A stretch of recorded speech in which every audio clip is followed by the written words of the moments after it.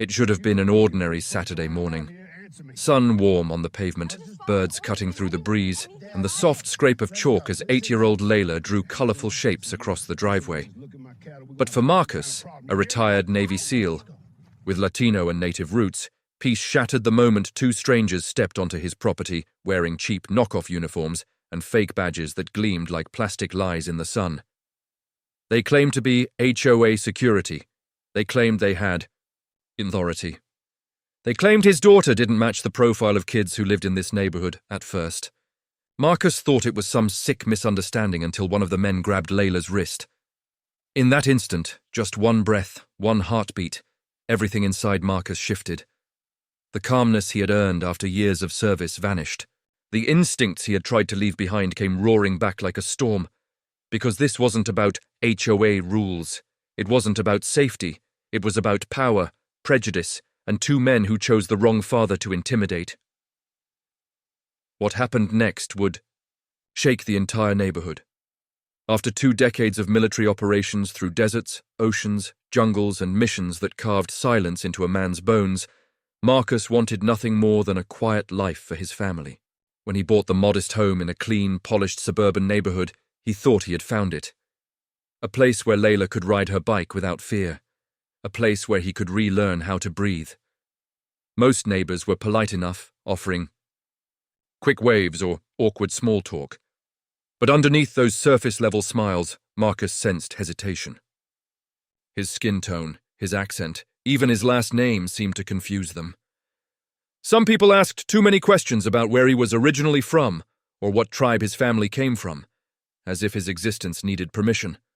Still, he stayed patient. Layla was happy, and that mattered more than anything. But subtle changes began appearing. Cars slowed down when she played outside. Particular neighbors watched her with an odd mix of suspicion and judgment. People whispered when Marcus walked past. Their conversations clipped the moment he got close. He knew the signs, not because he was paranoid, but because a lifetime of analyzing danger taught him to catch it before it struck. Little things grew into patterns. Patterns grew into pressure. And pressure always breaks somewhere. Marcus didn't know when the breaking point would come, but he felt it, building, quiet, steady, and dangerous. The first real red flag came when Layla returned home fighting tears. 2 neighborhood kids had told her she didn't look like she lived here. She didn't fully understand the insult, but Marcus did. His jaw tightened, but he comforted her gently, teaching her resilience rather than bitterness. Soon after, HOA complaints started arriving, like clockwork noise violations, suspicious activity after sunset, unidentified children on property. Every report was fabricated. Marcus knew exactly what was happening, but without proof, HOA members dismissed him with professional smiles and empty assurances. Then came Saturday, and everything changed. Marcus was in the kitchen when he heard an SUV screech to a stop outside. Not a regular stop, an aggressive one. He stepped onto the porch and saw 2 stocky men emerge from a black vehicle bearing a laughably fake HOA Security Division decal. Their uniforms were mismatched, their badges crooked and unnumbered, their belts were empty, but what chilled Marcus wasn't their appearance. It was their confidence. They walked with the entitlement of men who expected compliance. Their eyes went straight to Layla. She was kneeling on the driveway, fingers stained blue and pink from chalk, unaware of the storm approaching. Marcus moved quickly, but the men were faster with their accusations. They said they had received reports of an unfamiliar child. They insisted Layla needed to be verified. They claimed she didn't fit the neighborhood. Marcus demanded to know who they were. Instead of answering, one man reached forward and grabbed Layla's wrist. Everything in Marcus froze. Not fear. Calculation. Layla's eyes lifted to him, confused and trusting, and that was enough to ignite a fire inside him more powerful than any battlefield memory. He placed himself between her and the men with a fluidity shaped by years of combat. His voice was low and controlled, but they pushed back, insisting she come with them for questioning. That was when Marcus noticed everything. No real radios, no serial badges, no proper boots, and the SUV still had a rental sticker on the back window. These weren't security guards, they weren't officials. They were neighbors with superiority fantasies and racist delusions dressed up in fake authority. When the second man reached toward his empty belt, pretending he had a weapon, Marcus understood the threat wasn't hypothetical anymore. And he responded, the only way a father trained by war would. Everything happened in one breath. The moment the man's hand moved, Marcus acted with surgical precision. He grabbed the man's wrist, twisted sharply, and pinned him to the pavement before the thug even understood what was happening. The scream he let out was more humiliation than pain.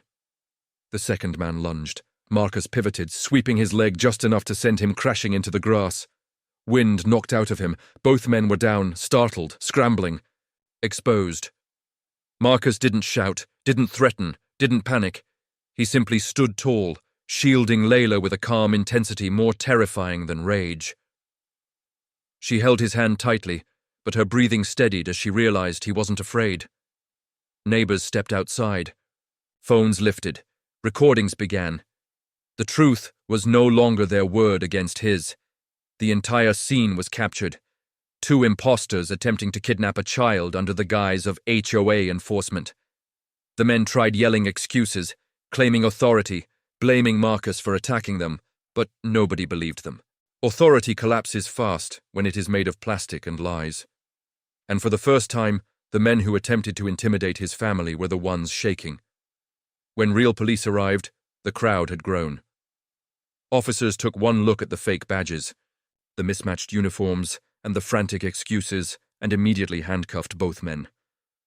They tried to spin a story about being volunteer security, but footage from neighbors revealed the truth. They weren't protecting the neighborhood. They were targeting a child who looked different. And now, with their actions exposed, even their privilege couldn't shield them. As they were placed into the patrol car, their confidence evaporated. Their swagger was gone. Their self-appointed authority was gone. The illusion of control was gone. Layla asked Marcus if they would ever come. Back he crouched, looked into her eyes, and told her, "Not while I'm here." In the following days, the neighborhood changed. Some residents apologized. Others stayed silent, unwilling to admit what they had ignored. But the illusion of a perfect community had been shattered.